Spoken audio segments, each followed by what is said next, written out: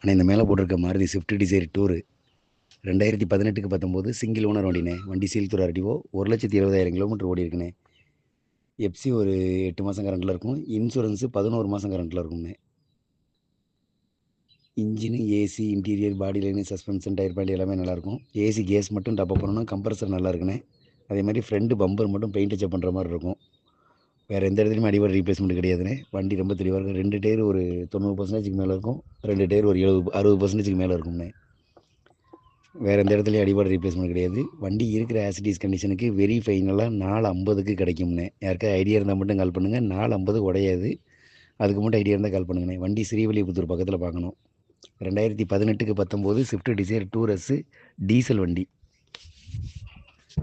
450 plus commission 10 ரூபா வரும்ண்ணே.